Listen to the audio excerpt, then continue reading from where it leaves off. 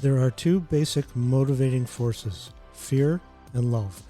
When we're afraid, we pull back from life. When we're in love, we open up to all that life has to offer with passion, excitement, and acceptance.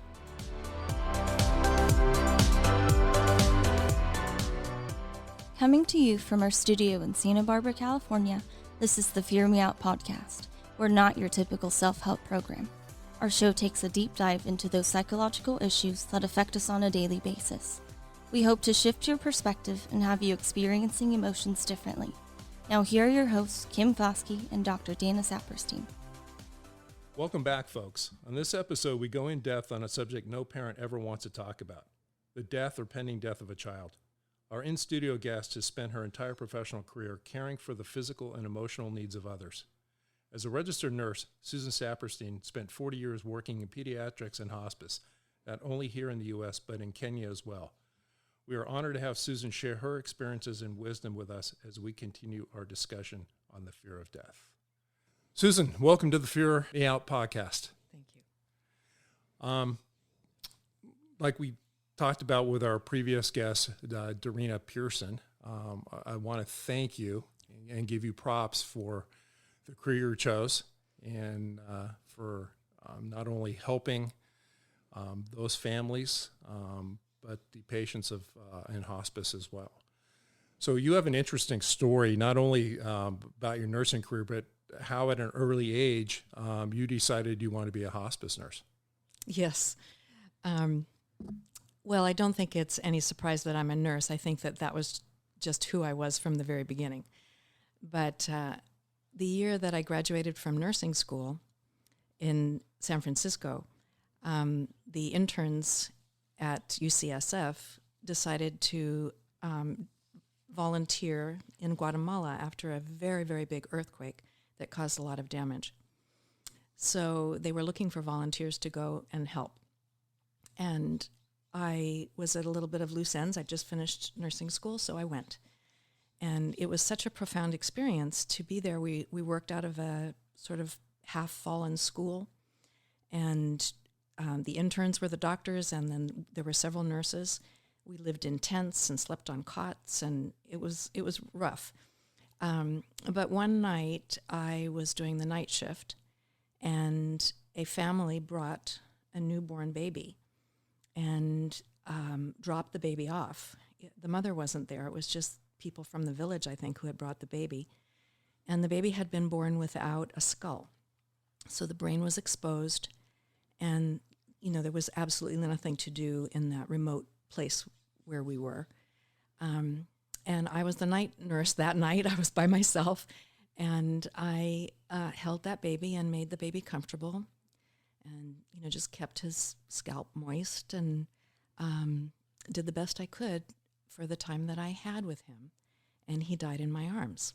When I was 21, I had very little experience in nursing. I'd just come out of school, and the connection that I felt with that little spirit really touched something deep inside me. And I knew that this was something that I could do, that I could be with someone who was dying, and it was something that I kind of yearned to do. So, do you call that a calling? It felt like somebody was calling and saying, this is something that you can do.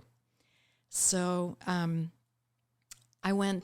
did various types of nursing for a few years, and then I went into pediatrics, and I was in pediatrics for 11 years at Cottage Hospital, which is our local hospital.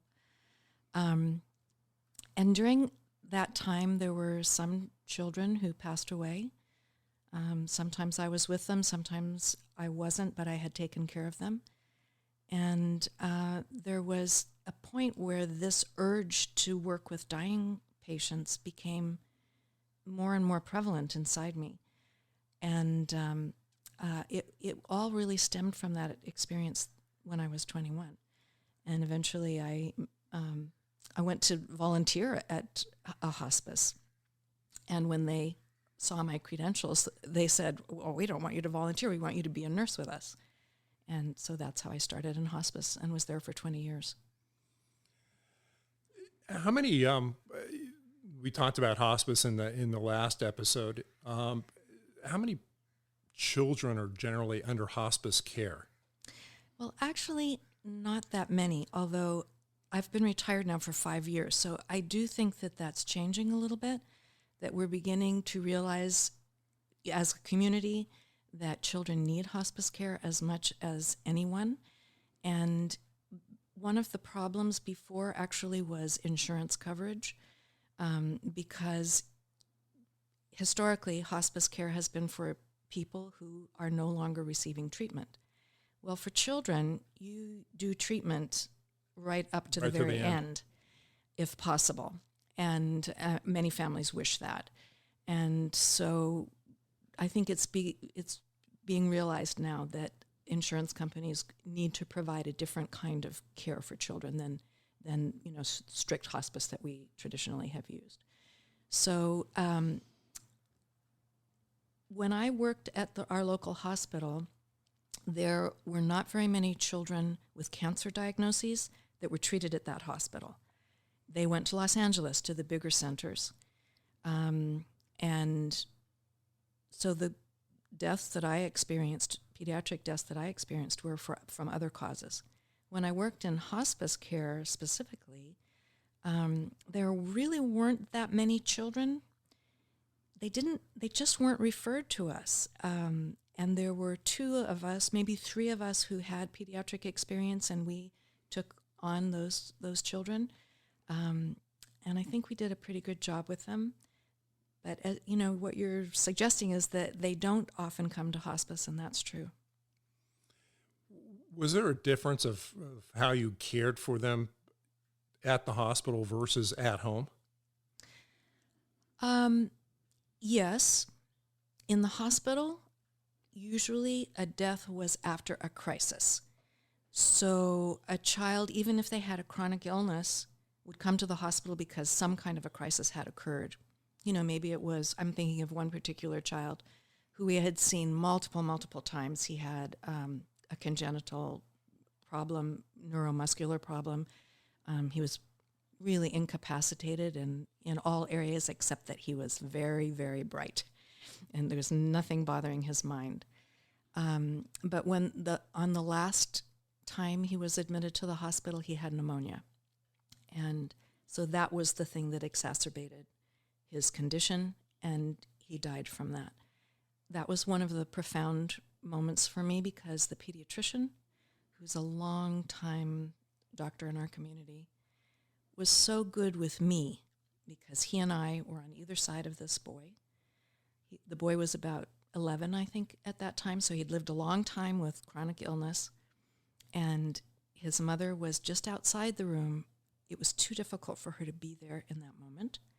So the doctor and I were there, and the doctor kept looking to me and making sure that I was okay. He was comfortable with what was happening. He wasn't sure I was. And in fact, it was a little difficult because I kept putting the oxygen to the child's nose thinking, I have to do something. And in fact, all we needed to do was just be present for that child as he left. That was very important, an important lesson for me that really helped carry me through all the years of work with dying children after that. So being a nurse, you provide comfort, right? You take away pain, you hold hands, you talk to patients, and so on and so forth. You talked about the compassionate passing of this young man. How did you deal with his mother, either before or after? Well, let me start to answer that question by saying that each family is a unique culture of its own, right? We have our ethnic culture, our religious culture, our various larger cultures that we belong to, but each family has its own culture.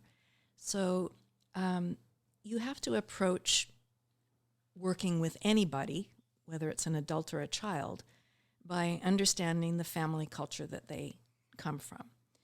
And in that particular case, the mom was so beside herself, there was nothing to do except be present for her as she allowed her dealt to grieve with her anguish. Mm-hmm. Right.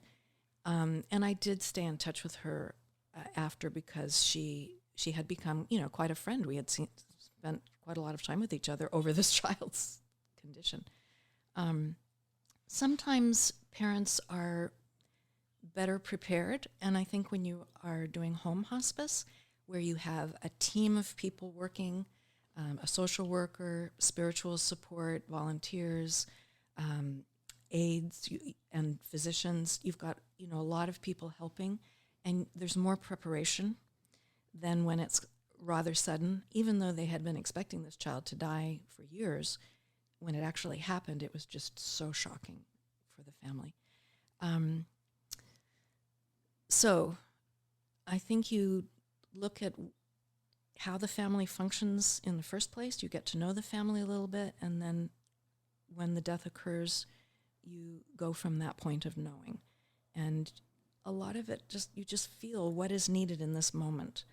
And a lot of what I did when I was working with children came from that internal feeling of knowing. You make an important point. I think we had brought this up with Dorina as well, about if you know your family member is going to pass, is there certain preparations you can do ahead of time in terms of, for lack of a better term, pre-grieving or getting prepared for this death? And I think you make an important point again of saying you can do all these things up to the point, but when that person dies, it can be completely different on that. I think that happens so naturally, especially when a child is on hospice or when any patient is on hospice, because it's a process. Dying is a process. Whatever the illness is that moves you to the end of your life, it's a process. And, it starts with general decline, general lack of functioning, perhaps, kind of a going inward. The person, tends to go inward rather than looking to the people around them. They're less interested in the world at large and more interested in just the people at their bedside.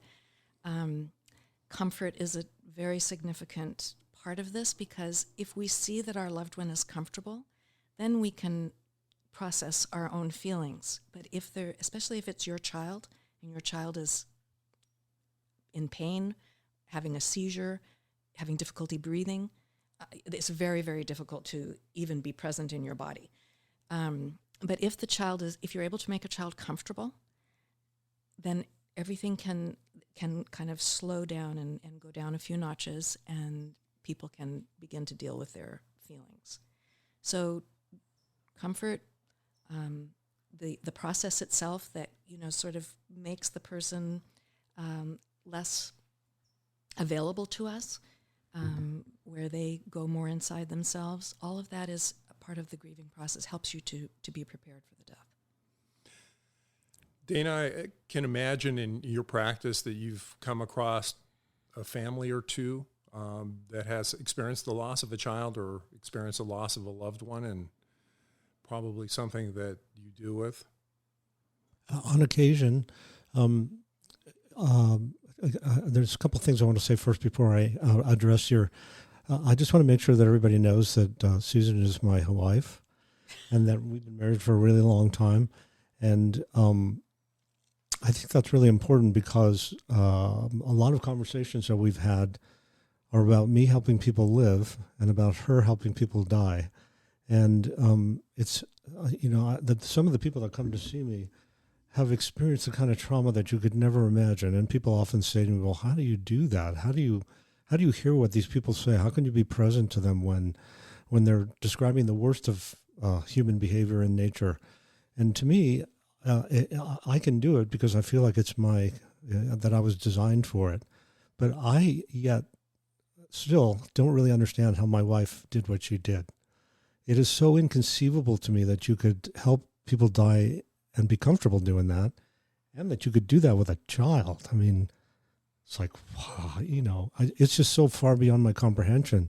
So I guess one of the questions that I have for you is, how do how'd you do it? I know I've asked you that question probably 100 times, and you've probably answered it that many times, but it's so inconceivable because, you said, well, have you worked with people who've lost a child? I have. And a person never recovers from losing their child in some ways. I don't think that it's possible to completely get over that kind of loss. Oh, I agree. And I can't even imagine what it would like to be present in the moment that happens. And how do you handle the pain and the anguish and the fear and the despair that comes your way? And so I'm just kind of curious about, again, if you could describe that process for you, and how you got to a place where you could be so present and not be completely bowled over by probably one of the saddest, most tragic moments in a person's life. Well, it's not my tragedy. It's the family's tragedy. Right. And so I'm coming in as a professional with certain skills. And I try to perform those skills really as well as I possibly can. So I've tried to hone my skills over the years so that I can provide those measures, which I've just mentioned, comfort, breathing ease, medication use that eases things for the sick child.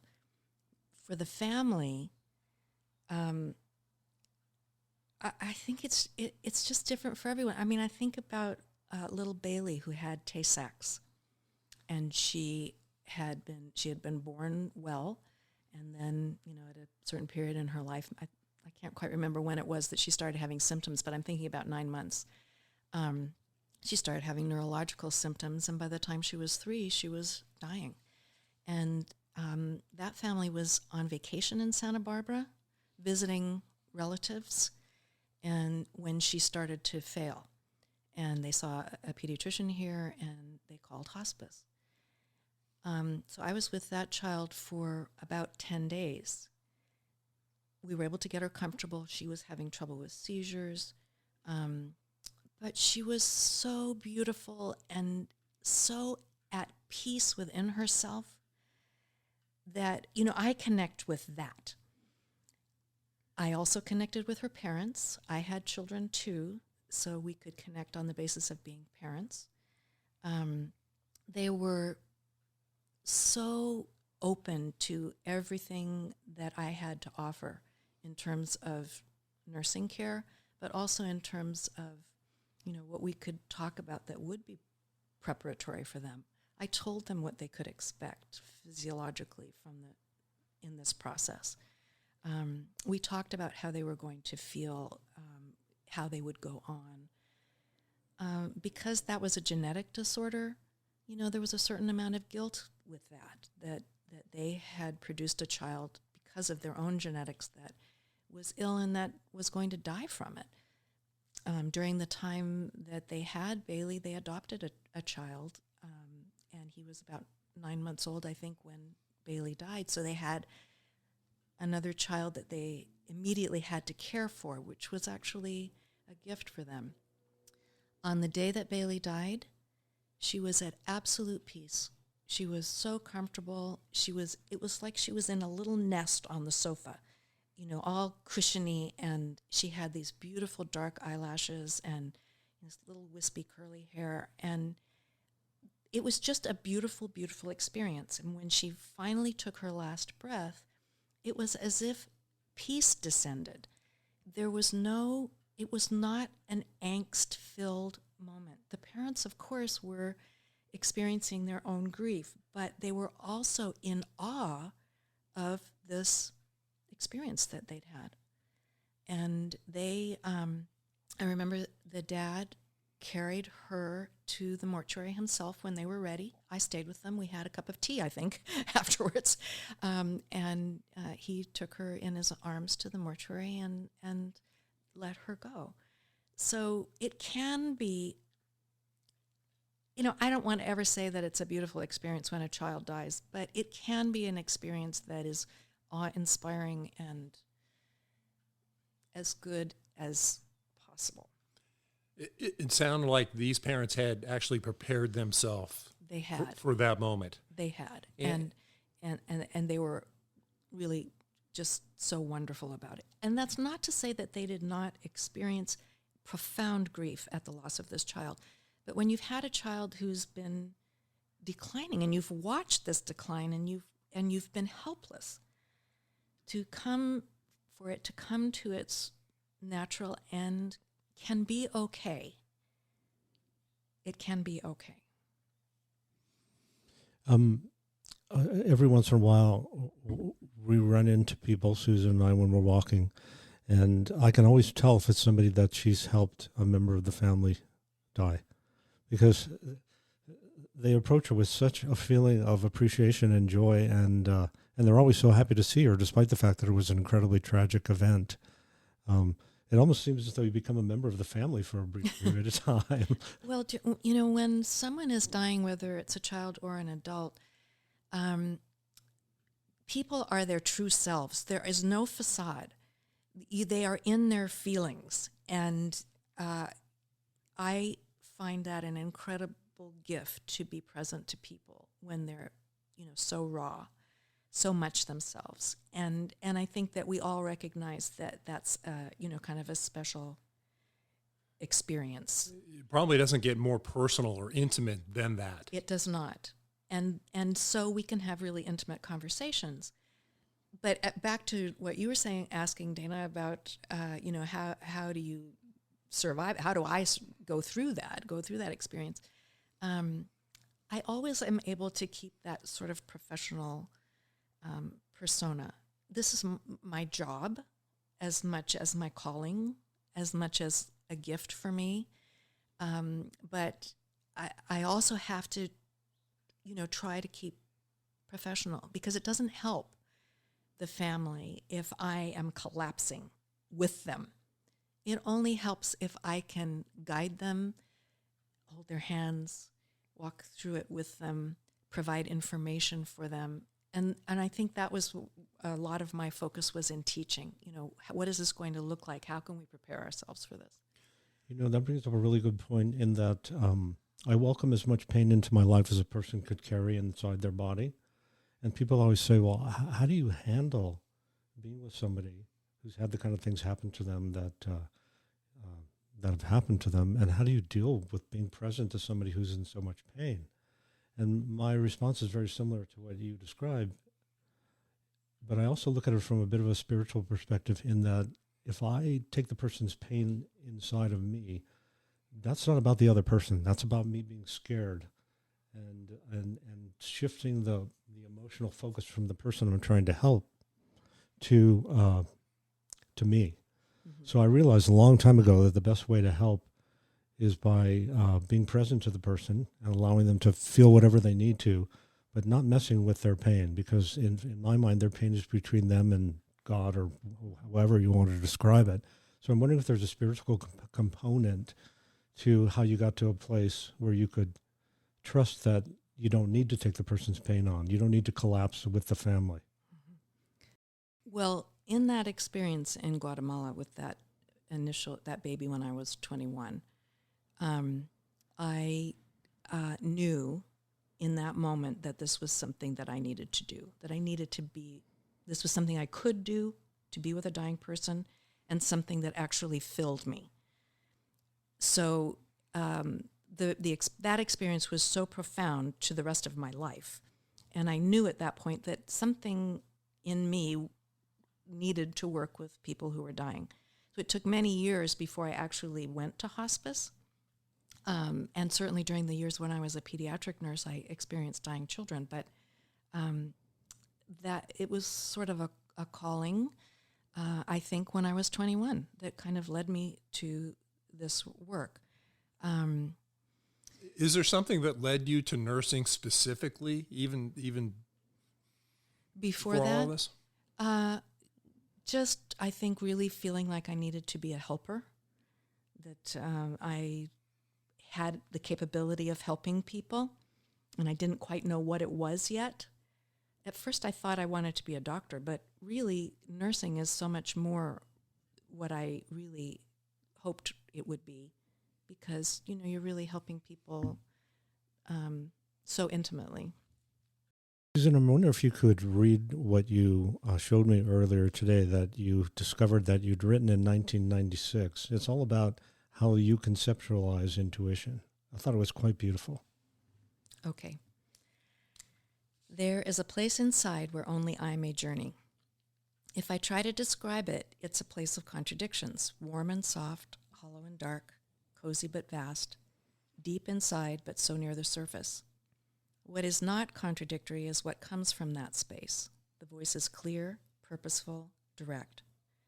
Sometimes I create obstacles to the entrance of my place. At other times, I cannot clearly make out the message. And then there are the times when I choose my own will before the voice, which knows all things. How wise I could be if I could really allow myself constant access to the sacred space within me. How serene, how peaceful. That is really, really beautiful. Do you remember what the motivation was for you to write that? Well, this was a journal entry when I was realizing that nursing is not just skilled-oriented. So I was realizing that it wasn't just performing procedures, but using our intuition to know exactly what's needed. Asking the question, what does the patient need at this moment? Does he need to be heard? Does he need more education or explanation? Does he need someone to just sit quietly with him? And of course, the answers come from a nurse's experience, but they also come from her inner knowing. So my practice when I was doing home visits was to go to the door, ring the doorbell, take a deep breath, and just ask that whatever was needed in that visit would come to me, whatever words needed to be used. And I just silently asked for that, and that seemed to be helpful for me. How did you learn to trust your intuition? How did you get to a place where you were willing to sort of consider it to be a really sacred part of who you are as a person? You know, I think I've always done that. And working with people who are dying has certainly broadened that intuition, and it's been so confirming. When your intuition is right and you confirm it, it makes you all the more intuitive, I think. Do you remember having experiences as a kid where your intuition was something that you paid attention to? Yeah, probably a lot. I had a very spiritual time when I was a teenager, attending different churches and listening to different ideas, and I think that's where my intuition really blossomed during those years. Can you talk about the spirituality portion of that a little bit more? Those who work in hospice would generally agree that the work we do has a spiritual component. It's dealing with something that most of us fear deeply, the idea of dying.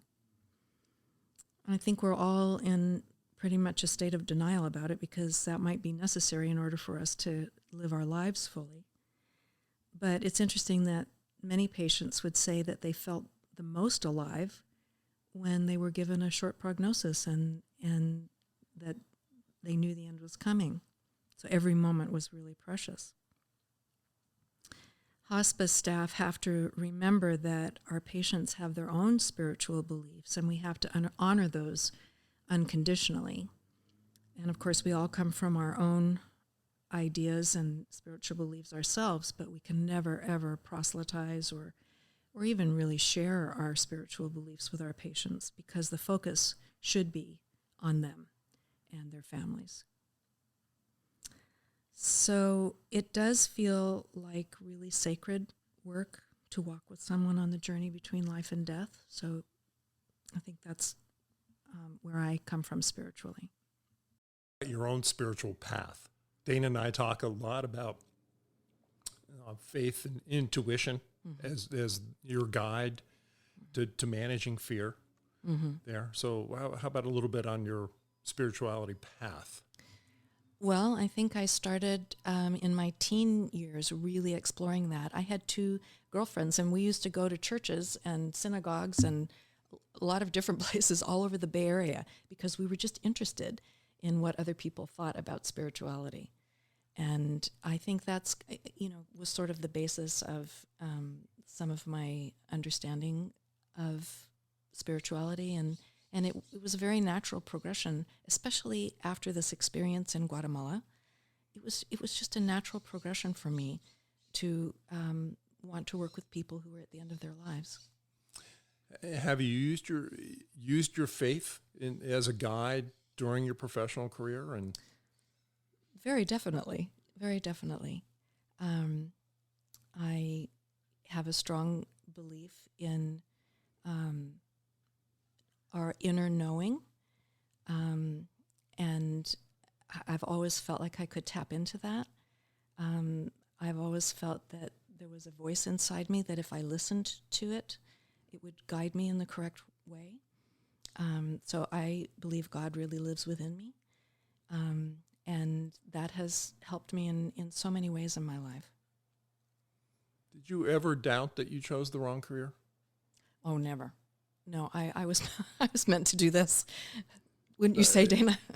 No, it was absolutely. I mean, it's been completely obvious, but I was just interested if when you're dealing sometimes with the worst of the worst in crisis situations and constantly having to deal with other people's emotions and stuff like that sometimes that can be daunting and wearing, and sometimes you second guess whether this is what you want to do, but apparently not.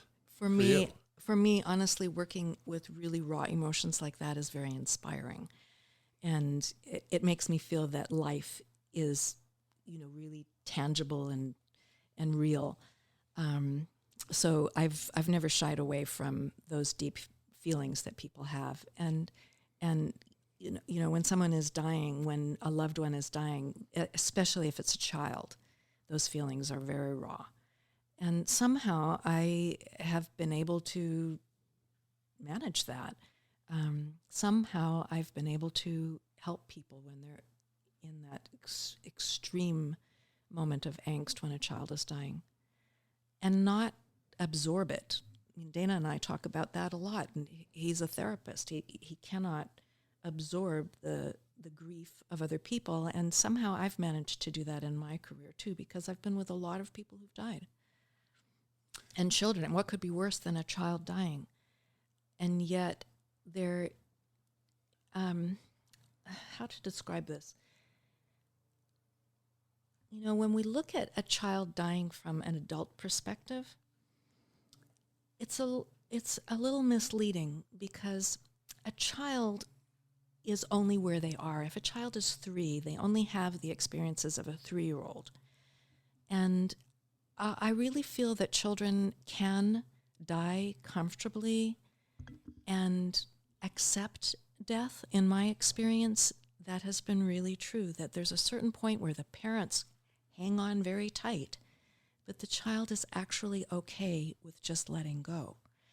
And that, I think that is the most difficult part of working with families of a dying child,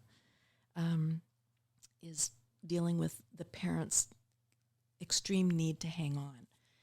Now, it's not always the case. I also remember a little girl called Kiki, and I think she was about 18 months when she died. She had congenital problems. Her parents were so loving and so kind, and I just adored this family. And they were able to let her go so beautifully and so peacefully. But I think part of it was that they had the preparation of hospice care.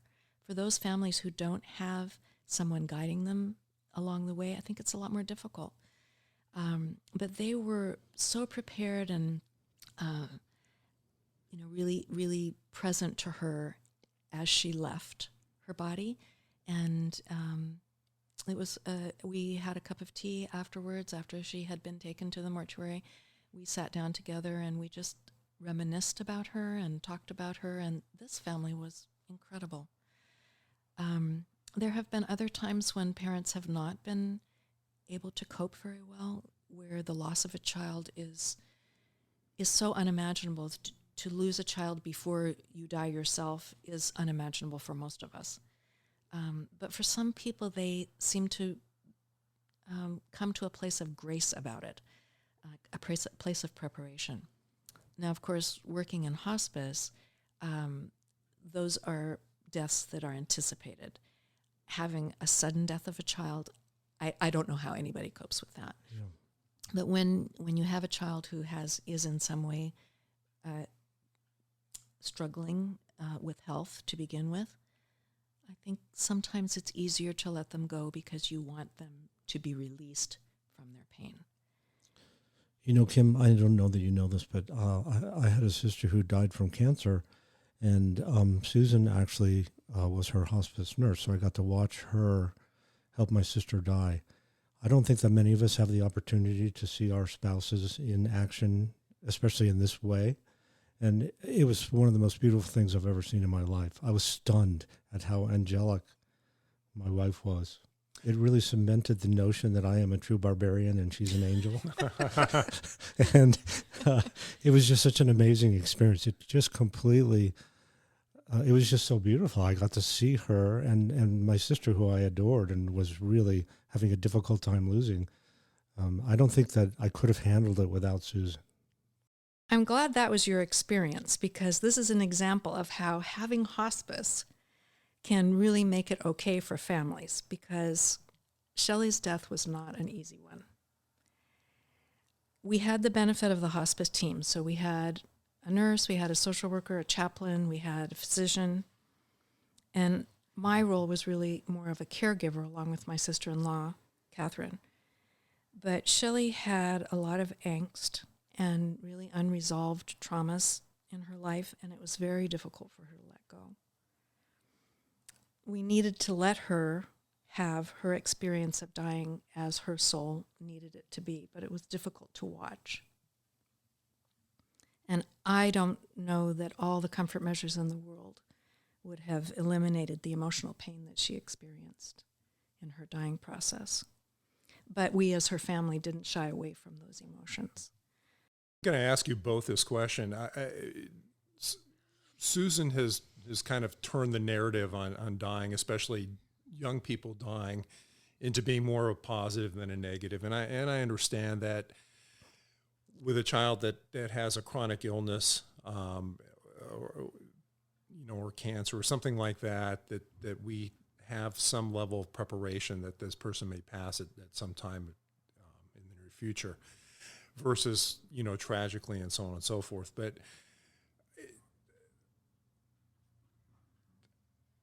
people should become cognizant of death not being such a negative, in my opinion, and more of a positive. And you've already given us a couple of stories of families that actually made it a positive.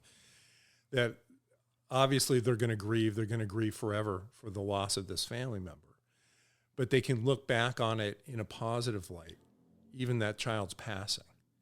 So maybe you have some ideas of how people that are listening to this, that have children that hopefully are not in this predicament right now, or have family members that potentially are facing end of life scenarios, of how they can make this more of a positive experience for not only themselves, but their family members as well.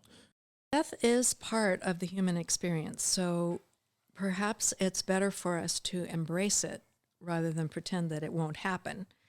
But of course, it's not at all easy to embrace the thought of a child dying. That I'm certain of. But when the unimaginable happens, we have to do our best to cope. I think the dying experience is different for a child than it is for the parent, and that depends a lot on the child's age and stage of development.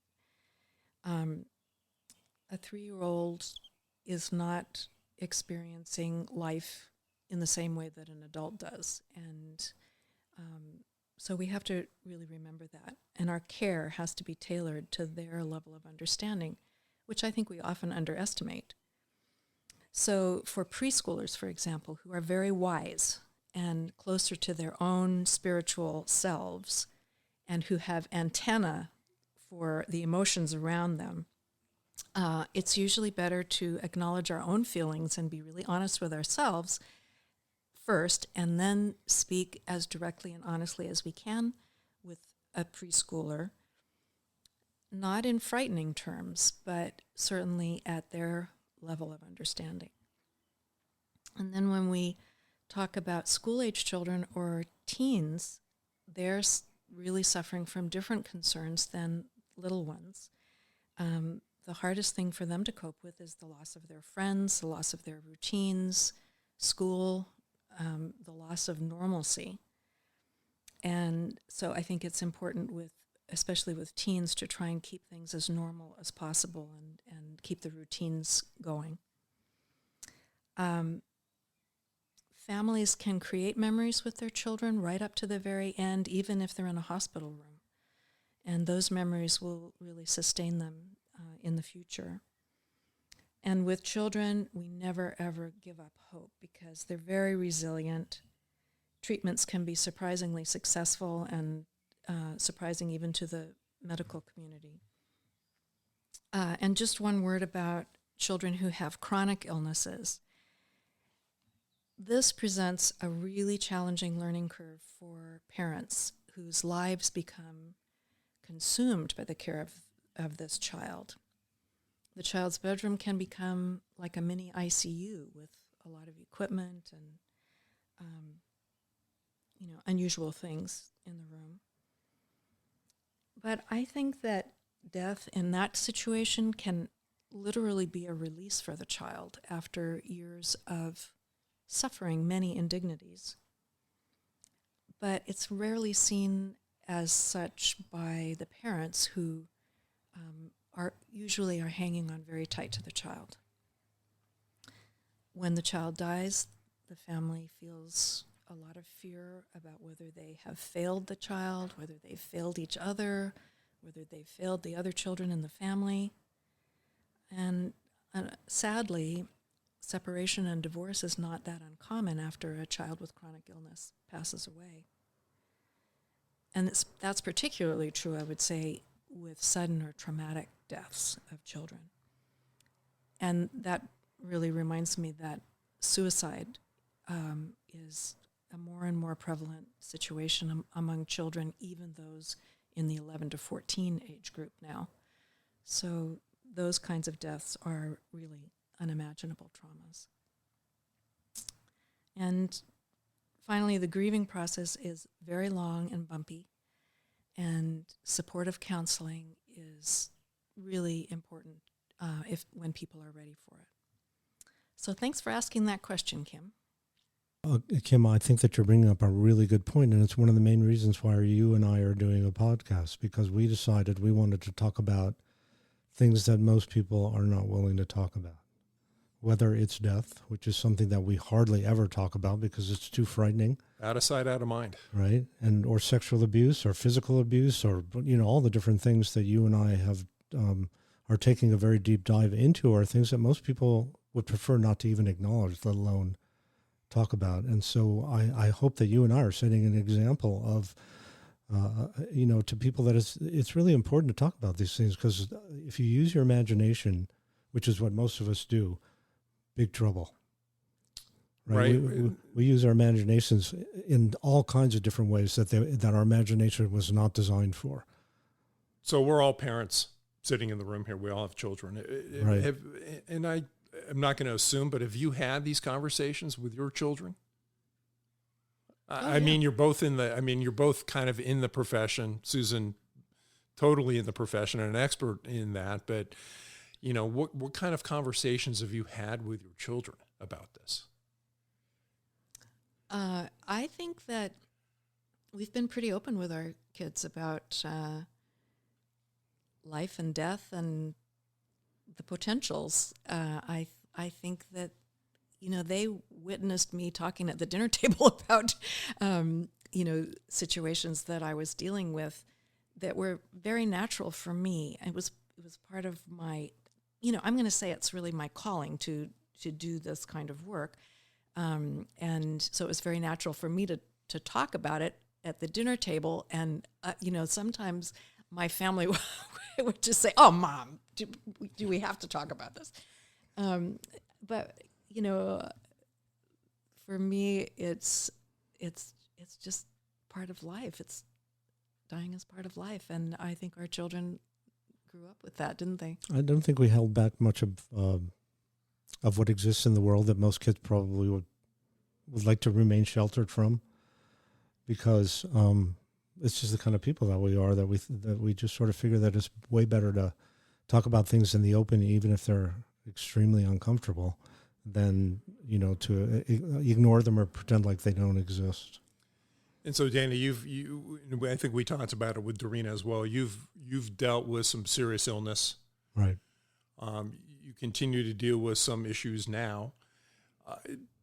How do your kids handle that with you now? I mean, is it we're through these conversations and you having almost a fatal heart attack while surfing, having 2 strokes, things like that? Do you think that they're actually better prepared? Because again, we talked about you can be as prepared as you can until the event happens, and then the baby goes out with the bathwater sometimes, right? It's really hard for me to answer that question. We should have Sean and Aaron in here, I guess, for those. But I think that actually Susan could answer the question better than me. But I do know that they both, we have 2 kids. My son is a bit more stoic and more sort of self-contained as a person. I told you that I asked my daughter if she would be willing to come and do our podcast to talk about what it has been like to almost lose your father. And she started crying, and she said, "This is all I could do. I'd be sitting in your podcast and cry for an hour. That's all I could offer you, is how scared and sad that I am of losing my dad." But I'm sure that you've had other conversations with them when I'm not around. And how do they, how do they talk about the fact that they've almost lost their dad a few times? Well, I think for our daughter, it's really, really difficult to think of. Yeah. It's the anticipatory grief that she's experiencing, the anticipation of losing you, that is very, very hard for her. Whereas our son is able to compartmentalize it a little bit better, and I think it would be, it will be just awful when we do lose you, if you go first. Right. But and so, how did you deal with it, Susan, when Dana had that heart attack, or he's had the 2 strokes? I know that you're a medical professional, so you understand what was happening there, but you're also his wife, his partner for many, many years, somebody that you're intensely in love with. So separating that professional Susan from the person Susan, or the husband or the wife is had to be kind of difficult. So how did you kind of deal with, geez, I may lose my husband? Yeah, that's pretty hard. It's pretty hard because how old were you when you had your heart attack, Dana? 45. And that was way too young to even think about losing my husband. And yeah, Aaron and Sean were young kids at that time, right? Yeah. I guess I try to be in the moment as much as I can. I don't think I've ever been scared to death about something happening to Dana. I have a little bit of a philosophical perspective about life that, it ends when the right time comes. And I think that's maybe why I can work with dying children. So yeah, we just keep going on. And well, you mentioned that you were destined to become a hospice nurse. I think I was destined to marry a nurse because I've had so many problems. but not to her own husband. What's that? She wasn't destined to be a hospice nurse to her own husband. No, I'm not talking about the hospice part of it. I'm just talking about the fact that I chose somebody who's been really, really capable of taking care of me in my worst moments. Well, I think that's what comes up for me when something goes wrong with you. My nursing interior comes to the fore, and I deal very much in the present moment, and let's hope that we have lots of time together. Yeah, my friends tease me all the time. How'd you know you needed to marry a nurse? I don't know. It just happened. It must have been your intuition. Yeah, there you go. We talk about life being short. I personally don't believe in that philosophy. I think life is exactly as long as it's supposed to be, right? And we can get into predetermined fate and predetermined destiny and so on and so forth. But Susan had a kind of, I guess, a similar philosophy that she mentioned. So it got me to thinking, when I do that in my own head as I get older in life and mortality actually becomes a thing, and as I go to the doctor every year for my physical now, it's not so much come back in the year, everything's fine. It's like, okay, what's wrong with me now type thing. I want to know if I'm just justifying myself with that philosophy as life just, it lasts as long as it lasts type thing.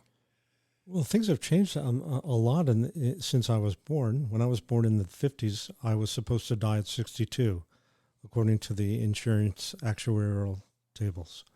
So I have outlived my expected lifespan. And nowadays, when kids are born, they're expected to live into their 90s. And it's not because evolution has made us longer living people. It takes a lot longer for evolution to work than just a couple generations. I think it's because we live in the first world, and that we have clean water, clean food, really good medical care. And so we get to live a lot longer, and that has elongated adolescence more than anything. Have you both prepared yourself mentally for dying? I am so content with my life and feel so complete that, when it comes, it will be fine. Dana? I'm mostly stunned that I'm still alive. So, well, there are medical miracles, and maybe you are right. one of them. One of my brothers-in-law says to me, you're the cat, and you've got 8 lives already in the bag, so you better be careful with the last one. So I don't know if I'm as prepared as Susan is in a certain way, because the things that have happened to me have been very, very sudden and unexpected. And that's not a death that you can prepare for. It's been really traumatic. Those experiences have been horrible. I wouldn't wish them on anybody, because when you feel that your life is slipping away, it's immediately you get I sort of had a feeling of panic. And the one time I truly thought I was dying, it was actually quite peaceful. So that reassured me that in the moment that it's going to happen, it's actually very sweet. But before that, it was sheer panic and fear, unadulterated. That's what it felt like. I've been with a lot of people in the moment of death, right? As a hospice nurse, and it just doesn't scare me at all, because the look of peacefulness that usually comes across the face of a person who's dying makes me feel that it's going to be okay. And even with children, and I know that this is very difficult for a parent to hear who's lost a child, but it just always feels like this is just how it's supposed to be. And if we can make a child as comfortable as possible in the process, then we're doing the best that we can. And to kind of allow things to happen as they will. The most important thing is comfort. We don't want anybody to be uncomfortable as they're approaching death. And there are ways that we can deal with that now. Right. You brought up something that I hadn't even really thought about. I had mentioned early on in episode 1 or 2 that I had 8 years experience as a first responder. Yeah. So I've seen more people deceased than the normal person has seen in violent, gruesome situations, at-home situations, and so on and so forth. But as I was thinking about looking back on that while you were speaking there, even in people that had passed in car accidents, or people that had passed in other accidents, there was some calmness and peace about looking at them. That it really, what happened to them, granted, was horrific. But as they lie there, it wasn't that bad. And I didn't really think about that until you just brought that up. Well, of course, we don't really know what happens after you die, but there is a process that I think people experience when there is enough peacefulness for a process to occur.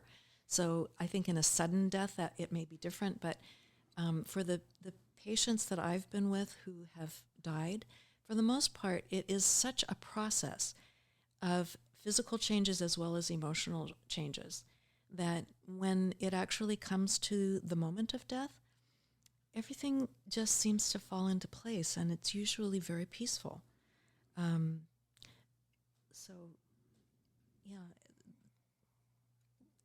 Maybe that is spirituality at play, right? Maybe again, going back into to my personal belief of this kind of predetermined destiny in the spirituality. Maybe that is how we die.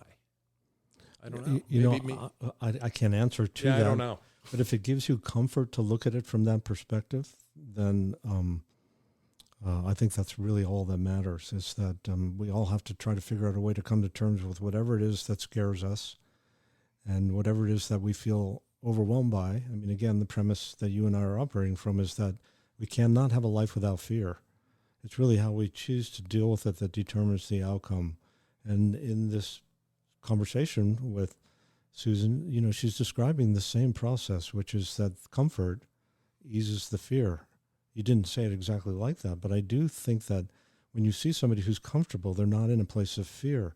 And if you're a family member watching somebody who's comfortable, I think it will also ease your fear that the person that's dying is not suffering. And I think that that's something that we, again, want to reinforce, is that fear is not the enemy. It's learning how to deal with it with grace and doing whatever we can to help the people in our lives manage their fear. And having people like Susan holding your hand sure. throughout the process. Oh, I mean, I can attest from a very personal level that I don't think I'd be here without her, for sure. I mean, I don't have any hesitation saying that. So we're bumping up against our hour here, and like we have in previous podcasts, a lot of great information, a lot of great stories about the journey, and so on and so forth. But Susan, maybe a couple poignant takeaways for our listening audience in terms of the dying and grieving process that they can kind of take away from this discussion. Well, the thought that comes to mind is I am not a family member. When I'm witnessing a death, particularly of a child, I am not the family member. And I can cope with it from a professional standpoint, certainly with a lot of feeling. I'm not saying that. But I don't want to diminish the amount of pain that a parent feels when they lose a child. Secondly, we can talk about death with our families. It's important to have conversations about the idea that we all die. It's important to talk to each other about what we would like if we do happen to face the end of life ourselves, and to talk to our partners about how we might react or cope with the loss of a loved one. And kids really do learn about death just in the natural course of events with pets and grandparents. So I feel that it only really becomes a taboo subject if the adults make it that way. So as adults, I think it's important for us to be more comfortable talking about death. And finally, I think it's important to remember that death is the most devastating for those who are left behind. Because for the dying person, if all the pieces are in the right place, if the family is present, the final words have been said, the person is surrounded by love and compassion, then there seems to be a beautiful peace that descends and allows everything to be okay. If we look at the people who have had near-death experiences, they describe feelings of profound love and belonging, and even say that it was difficult to return to their bodies. So I personally take comfort in the thought that death could be such a positive experience, as we hear from those who come back from the brink. And I do feel it can be peaceful and natural. Even though what happens next is a mystery, it doesn't appear to be scary. And I feel it's entirely possible for death to be a positive experience.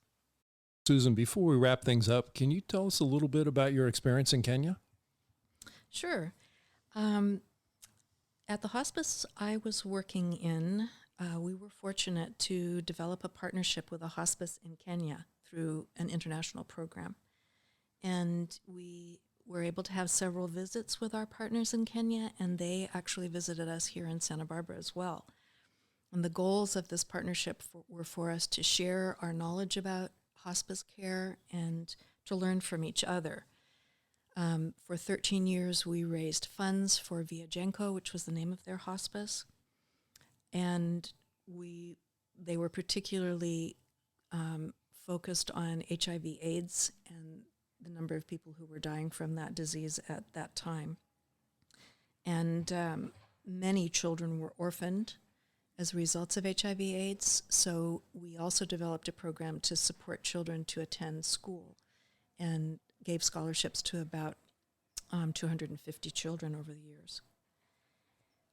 I'm still involved with Viajenko privately.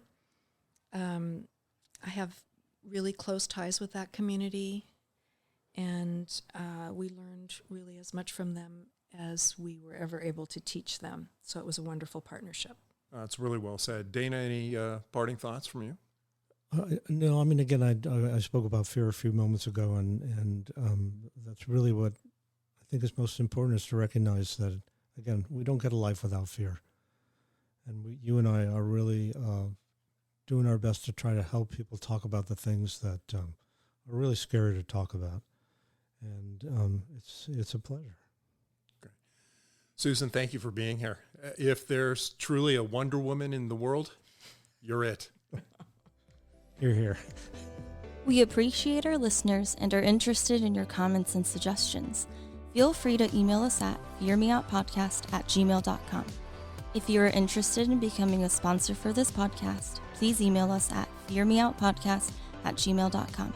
Thank you for listening. See you next time.